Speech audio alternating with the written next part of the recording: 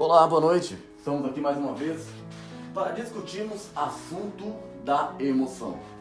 Quando se falamos em emoções, se falamos sobre muitos conflitos que viram aqui, que o nosso cérebro enfrenta. Ou seja, muitas informações excessivas ou até mesmo falta de coordenação dos seus próprios pensamentos.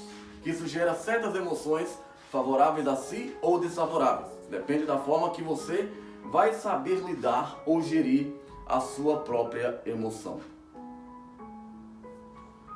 Falar de emoções e não falar de vaidade. Hoje vamos falar, nosso tema principal hoje, vamos falar sobre festa de fim de ano, também sobre Natal, ok? Que com certeza falar de Natal e não falar de vaidade é como não falar de Natal. Por exemplo, quando falamos do nosso pecado, não podemos deixar de falar de um deles que chama-se também a vaidade. É isso mesmo? Um dos nossos pecados maiores talvez seja também a nossa vaidade. Por que, Adilson? No dia de hoje não podemos deixar de crer que a vaidade intelectual ela esconde tão profundo os nossos efeitos que acaba nos mascarando sobre aquilo que julgamos ser correto. Mas justamente no mundo, no cotidiano líquido que vivemos hoje, para muitas pessoas é completamente correta. Ou seja, não faz sentido, a minha verdade não faz sentido para a sua verdade. E acabamos entrando em conflito para provar o que é verdade e o que não é. Mas desde que você esteja certo com a sua verdade, o que interessa é a sua verdade, não é? Tentando confundir um pouco a tua cabeça, o teu cérebro aqui, mas você vai entender o que eu estou tentando te dizer. No dia de hoje não podemos deixar de crer que a vaidade intelectual ela esconde tão profundo nossos defeitos que acaba nos mascarando o nosso próprio eu. Já a vaidade física, ela só tenta mostrar para a sociedade o que ela pode vir a ter valor para a sociedade. A beleza física é fundamental, claro. Até mesmo travamos, pergunta com o nosso inconsciente, por que nós somos mais bonitos do que o outro? Por que uma roupa não fica melhor em nós e não no outro? Entendeu? Isso tudo faz parte da vaidade. Isso é a vaidade física, não a vaidade intelectual. E falar de vaidade, como diz o Luiz Felipe Poudin, ele diz o seguinte: falar de vaidade é trair a nós mesmos. Por que quando falar de vaidade é trair a nós mesmos? Quando falamos de vaidade, demonstramos já com a palavra vaidade o nosso defeito. Aquilo que não agrada à sociedade e aquilo que em nenhum momento pode trazer benfeitoria para a nossa vida se for mal empregado a vaidade.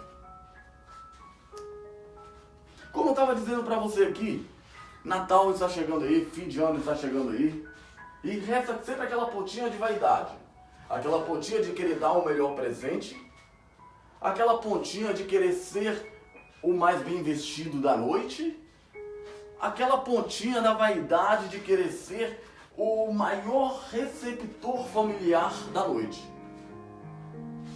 E muitas vezes acabamos perdendo a essência daquilo que se chama mesmo Natal. Ou seja, a essência daquilo que chamamos Natal, que é reconstrução familiar, reunir a família em volta da mesa por um dia de paz. Infelizmente isso acaba sendo perdido pela vaidade da essência física, ou seja, acaba sendo perdido pela vaidade do presente e não da qualidade da atenção devida do afeto. Voltando aqui mais falando da vaidade, como diz o Luiz Felipe Poudin, diz o seguinte: falar de vaidade é trair a nós mesmos. E quando nós falamos de vaidade, estamos demonstrando o nosso próprio defeito. Porque a vaidade de forma alguma fica bonita para nós. Essa é a realidade, não é? Perguntinha de RH. Muitas vezes você vai para uma entrevista de emprego, no RH tem aquela perguntinha básica para você: cite um dos seus defeitos. E por incrível que pareça, ninguém sente o seu defeito. Ninguém fala no seu próprio defeito. Diz que, o meu maior defeito é preocupar com o horário. O meu maior defeito é ser perfeccionista ou perfeccionista. O meu maior defeito é eu preocupar mais com o trabalho do que comigo. Ele nunca consegue, ou ela nunca consegue dizer seu verdadeiro defeito. Por mais que ela procure nas suas caixinhas ali, dos defeitos do seu lado do cérebro, que está do lado da memória de longo prazo, ela não vai encontrar. Por que ela não vai encontrar?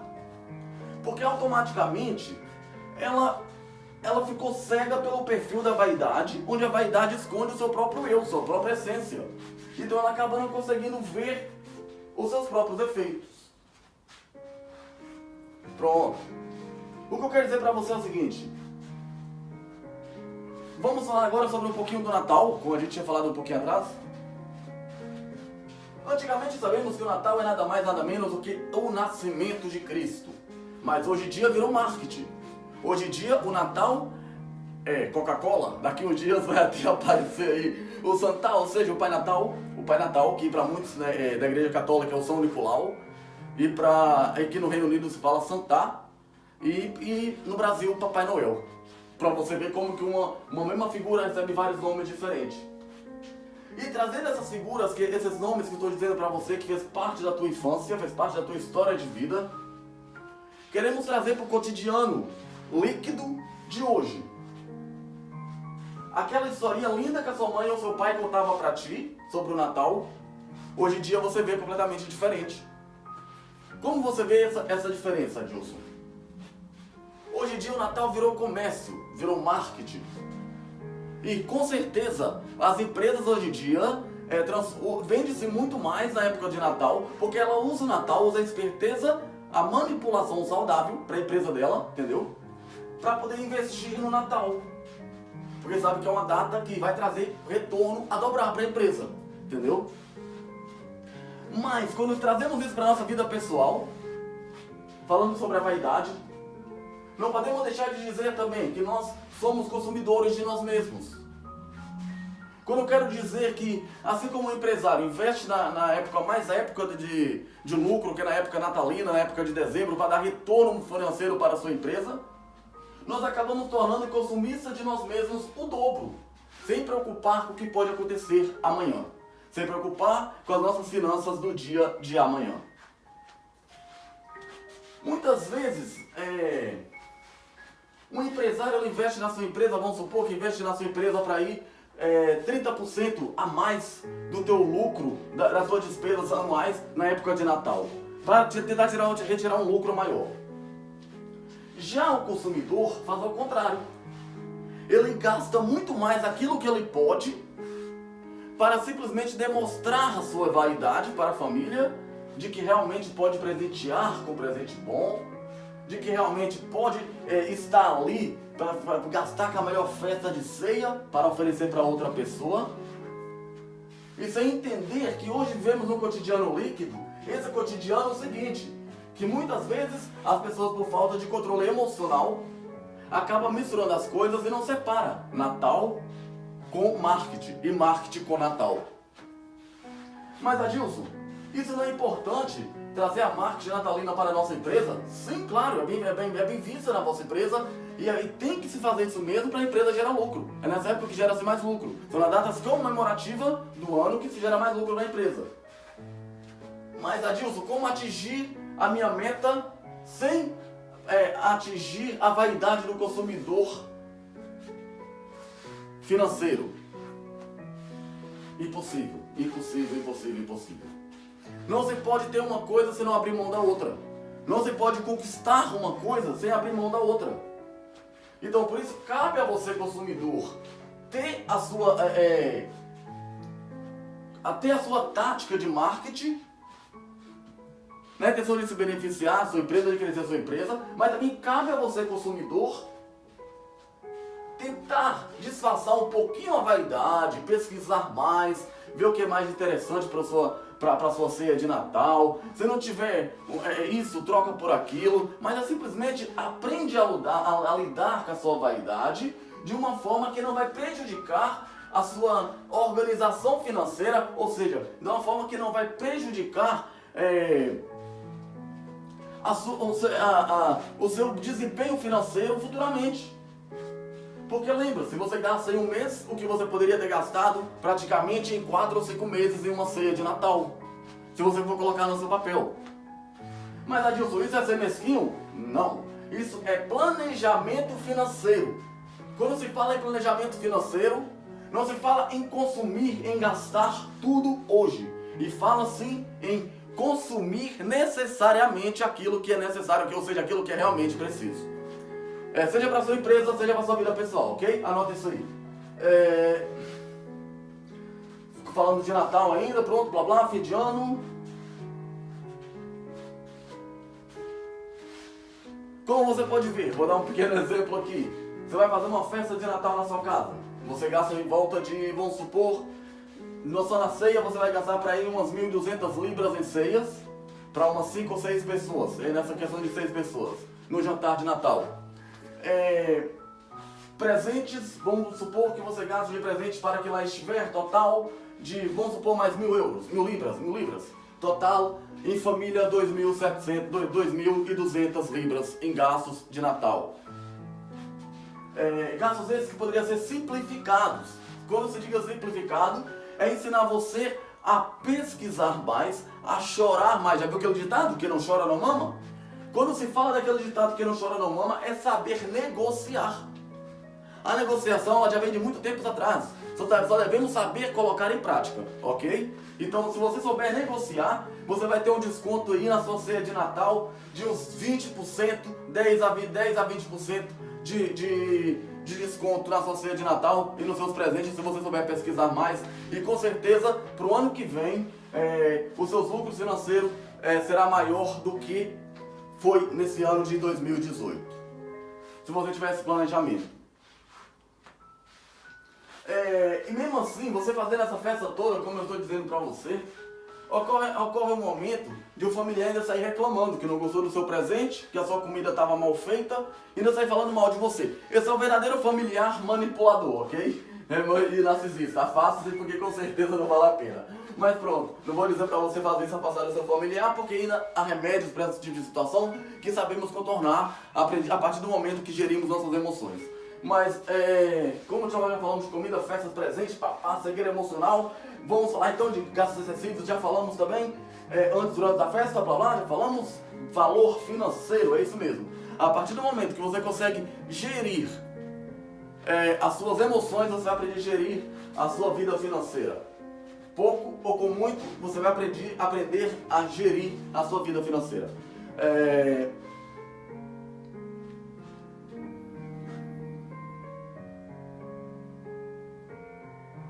Mundo consumista, já falamos do mundo do consumista.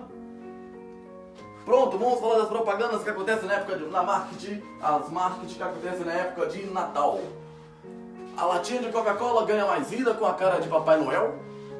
Tudo para chamar a sua atenção, tudo para estimular você a comprar mais do que você compraria em uma data normal. Só falta colocar o Pablo Vittar de Mamãe Noela na lata da Coca-Cola, com certeza para chamar mais a atenção. Mas não que eu não gosto do Pablo Vittar, porque cada um tem sua preferência, você pode gostar de açaí, eu posso acabar não gostando. Você pode acabar gostando de frango e eu não gostar de frango. São exemplos assim. Mas pronto. Mas eu quero dizer para você o seguinte, é que na época de Natal, a marketing ela fica muito mais forte do que o ano inteiro. Quem atua nessa área de marketing com certeza deve ficar rico nessa época. Por quê?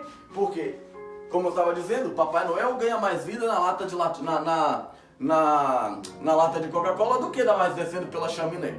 Porque pelo que minha família me ensinou até hoje, que Papai Noel descia pela chaminé. Ou seja, o Pai Natal descia pela chaminé. Hoje ele desce a pá de lata de Coca-Cola. É caso de se rir, mas esse é o nosso cotidiano líquido. O Liquid World é o nosso mundo líquido. Então nós temos que saber adaptar aquela situação que parece ter sido imposta pela marketing, que muda a história completamente do que é o Natal. Aquela imagem que nós teríamos de criança do Natal, que era o nascimento de menino Jesus, que era ali na Lapinha, que eram os 3 reis magos, acaba sendo ofuscado pela marketing do consumismo que acontece hoje na nossa sociedade. E quando se falamos dessa marketing de consumismo, Adilson, estamos falando de quê? Como eu acabei de dizer, da propaganda do Papai Noel na latinha de Coca-Cola? Ou de uma árvore de Natal na latinha de Coca-Cola? E assim a nossa história vai se mudando a cada dia mais, ela vai se diferenciando a cada dia mais pela marketing, pela forma da gente começar a acreditar numa nova história que foi que deixar de acreditar naquela história antiga que não foi dita e acabamos acreditando numa nova história. Então eu quero trazer para você esse meu ponto de vista, para você compreender uma coisa, que a partir do momento que você acredita naquilo que você quer acreditar, aquilo aparece ser a verdadeira história. Para você acaba sendo a verdadeira história, ok? Então não se confunda pelo mundo do consumismo, não se confunda o mundo da marketing pela verdadeira essência do que você viveu, do que aquilo que você aprendeu, que é a verdadeira história do significado natalino. Voltando aqui um pouco atrás, quando eu ando pelas ruas, muitas pessoas podem falar assim: Adilson, você é maluco, Adilson, você tem algum distúrbio mental. Não, nada disso. Quando eu começo a andar pelas ruas, que eu vejo pessoas que é notável na sua fisionomia, é só mais para que pessoas que entendem de fisionomia que pode comprovar isso que eu estou dizendo. Quando vê os traços físicos das pessoas, ou seja, a linguagem corporal, ou pistas oculares, ou a linguagem facial das pessoas, a gente já acaba reparando que o mundo está cada vez mais deficiente de atenção e não de presentes. Presentes a gente se compra em todo lado, mas atenção, um oi, um bom dia, um boa tarde, não se compra em lado nenhum. É oferecido, a gente oferece, ok? Então quando a gente começa a olhar os sulcos frontais da pessoa aqui na frente, quando se fala os sulcos frontais, são essas marcas aqui, tá a ver? Tá a ver aqui na frente? São essas marcas chamadas de sulcos frontais. Quando se fala dos sulcos frontais dessas pessoas que estão bem corrugados, nota-se que é uma pessoa que passou por muita dificuldade durante o decorrer da tua vida, que passou por muitas experiências negativas e que acabou ficando preso ali mesmo naquela angústia dentro dela. E quando você vê o corrugador da pessoa, ou seja, a carranca da pessoa, aqui no meio do nariz, aqui assim, ó, ou essa pessoa é muito intelectual, ou ela já é uma pessoa muito estressada, é uma pessoa que realmente está ali sempre muito nervoso com tudo na sua vida. Essas dicas eu dou sempre quando eu acabo de falar sobre um assunto, sobre uma palestra, seja emotiva ou seja financeiramente falando, eu deixo essas dicas no finais, que é para você comprovar aquilo cientificamente que eu estou te dizendo, ok?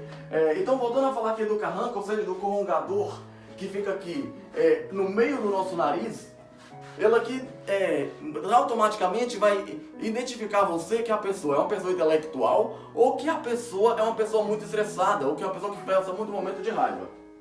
Entendeu? Voltando aqui para os sulcos periorbiculares. Os sulcos orbiculares são esses daqui, são tidos como essas rugas, chamadas de rugas de vaidade, né?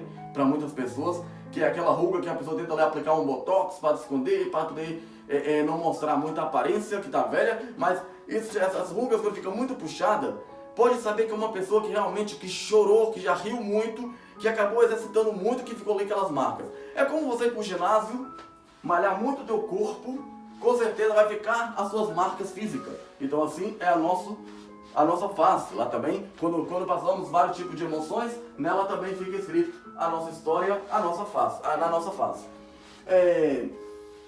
Já falando do sulco nasojugal, o que é o sulco nasojugal? É essa parte aqui que pega aqui do cantinho do olho e vai até aqui abaixo da sua boca. Você é uma pessoa que realmente já passou por muitas dificuldades, ou para muitos é chamada de ex-bigodinho, de duplo bigode chinês. O que é o bigode chinês? É essa parte aqui. Se essa parte está muito corrugada, é porque essa pessoa também já sofreu muito, já enfrentou muitas dificuldades na sua vida, e realmente tem um intervalo de sofrimento, que ela para pelo aquele intervalo e depois, passado um período, volta a passar pelo menos uma situação. Ou pode vir a ser pensamentos acelerados, ou déficit de atenção muito baixa, que a pessoa fica ali muito presa no seu eu e acaba ali ficando paralisada ali no tempo, com uma certa cegueira emocional. E isso tudo a gente pode perceber através da leitura facial, ou seja, da fisionomia, ok? Que isso também pode ser trazido para o nosso lado empresarial ou para a nossa vida pessoal durante o dia a dia. Pronto, falamos sobre os sulcos periorais, que é aqui abaixo do nariz, ou seja, essa parte da boca e dos lábios superiores é chamado de suco-periorais, ou seja, se eles tivessem um pouco dilatado, pode saber que a pessoa está nervosa ou está falando a verdade, desculpa, ou está nervosa ou está falando a mentira, ok? Ou então deve estar muito emocionada para os seus sucos nasojugal estar dilatados. Vamos falar também aqui agora sobre o suco marionete. O que é o suco marionete? Essa parte aqui do seu maxilar, essa parte da sua boca. Quando você trabalha muito ela, quando você exercita muito ela, automaticamente aqui no cantinho da sua boca, aqui na tecla de espelhamento que eu estou mostrando para você, eu estou mostrando do meu lado esquerdo, mas aí para você é o lado direito, ok?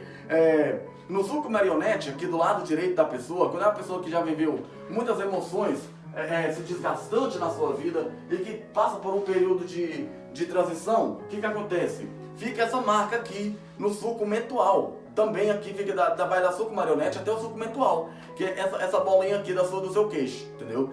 Então, automaticamente, o rosto da pessoa revela que ela é uma pessoa que já passou por muitas dificuldades emocionais e que pode vir a ter depressão, ansiedade ou pode vir a ter quadro de bipolaridade, entendeu? Então, através dessas linguagens faciais da pessoa, dessas marcas que ficam, a gente consegue identificar, fazer uma análise física e chegar com certeza ao nível mental dessa pessoa, emocional dessa pessoa também, ok? Pronto, já falamos sobre linguagem, sobre a fisionomia. Agora vamos falar sobre a linguagem corporal. O que é a linguagem corporal, Adilson? Quando se trata de linguagem corporal, se trata nada mais, nada menos de você se comunicar blue, stop, blue, stop, ok? Quando se fala de linguagem corporal, se fala nada mais, nada menos do que comunicar-se com o nosso corpo ao invés da boca, porque nosso corpo fala-se muito mais do que as nossas palavras. Por que, Adilson, nosso corpo fala-se muito mais? Muitas vezes você está se comunicando verbalmente, mas seu corpo já falou milhares de palavras com o gesto, ou com o olhar, ou até mesmo com suas mãos, ou com o seu modo de andar, de gesticular, ok? Quando uma pessoa vem cumprimentar você, caso você estiver numa entrevista de trabalho, nunca pegue a sua mão e cubra a mão da pessoa.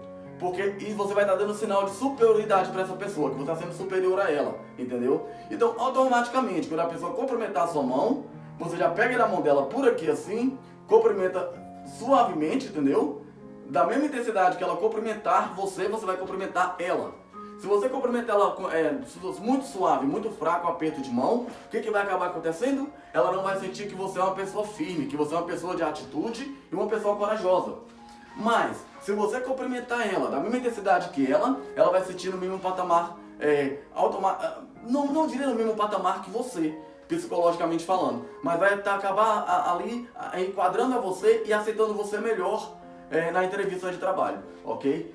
Outra questão também, na entrevista de trabalho, evita de ficar muito nervoso na hora. Como você pode estar controlando esse nervosismo seu? Com a mão assim? Não. Nem pensar, porque esse nervosismo é notável pelo agente de RH naturalmente, normalmente. Porque o agente de RH, ele é especialista em linguagem não verbal, em pistas oculares, entendeu? Ele vai detectar suas pistas oculares se você está olhando para o auditivo lembrado, ou para o visual lembrado, ou para a imagem lembrada, ou visual criado, entendeu? Ou auditivo lembrado. Até mesmo sinestésico. São essas pistas oculares que as pessoas vão detectar em você e vai perceber se você tão apta para aquele trabalho ou para estar nessa empresa ou não, entendeu? De acordo, você vai para uma entrevista de trabalho. Já para aí, o agente de RH te faz uma pergunta: como foi o seu último trabalho? O que você vai fazer? Se você estiver falando a verdade, automaticamente você vai buscar pelo seu lado direito do cérebro, pelo seu lado esquerdo, não interessa o lado que você mais trabalha no seu cérebro, seja de que, esquerdo ou direito, ou se você for destra, ou se você for bidestro, dos dois lados do cérebro, mas sempre o lado esquerdo que você vai acabar trabalhando mais se você for canhoto, ok? Se você, a partir do momento que detectamos o lado do cérebro da pessoa que ela trabalha mais, que ela exerce mais as respostas, nós conseguiríamos atingir nosso patamar de informações, que é nada mais nada menos do que consagrar a verdade sendo dita da boca da pessoa. Entendeu? Então, por exemplo, estiver numa entrevista de trabalho, demonstra tranquilidade, não demonstra nervosismo, entendeu? Se sentir nervoso, fala logo, seja sincero, estou um pouco nervoso, peço desculpa, ok? Quando você faz isso, diga isso que você é um pouco nervoso, automaticamente você vai estar criando uma técnica de rapport com a pessoa que está atendendo você. E quando você cria essa técnica de rapport, tudo fica mais fácil, tudo fica mais tranquilo para você responder as perguntas, sem você ter medo, sem você ter ansiedade, sem você ter nervosismo, sem você ter nada dessas coisas na hora. Outra coisa, linguagem corporal. Quando uma entrevista de trabalho, nunca coloque a sua perna esquerda em cima da sua direita. Ou nem tampouco encoste na cadeira ou na mesa, como forma de se sentir em casa, ok? Na entrevista de trabalho, demonstra formalidade, olhe diretamente para a pessoa, não precisa olhar para dentro dos olhos das pessoas, mas olhe aqui no meio do corrugador da pessoa, porque a partir do momento que você olhar no corrugador da pessoa, a pessoa vai achar que você está olhando dentro dos olhos dela. E ela vai acabar interagindo mais com você, e a técnica de rapport vai ser uma técnica muito mais eficaz do que uma técnica que seria você olhando para o sapato dela, ou então olhando para a porta, que é sinal que você está querendo ir embora, que não quer participar daquela entrevista, ok? Para você não achar que você está falando demais na hora da sua entrevista de emprego, quando a pessoa virar para você e te fizer uma pergunta que você não souber a resposta, não vai ali pro lúdico, não vai ali pro cinestésico, nada disso. Simplesmente, seja sincero, não me lembro. Fala a verdade, não me lembro. Pensa automaticamente, em fração de 2 segundos você tem que dar essa resposta para não parecer que você é uma pessoa que fica buscando palavras e formalidades para demonstrar o teu sucesso profissional ou até mesmo a sua vontade de encaixar naquela empresa, ok? Eu espero ter esclarecido alguma dúvida para vocês. Meu nome é Adilson Barbosa, estamos aqui, eu te ajudo, você me ajuda e junto, com certeza, faremos um mundo melhor. Meu nome é Adilson Barbosa e qualquer coisa, estamos aí.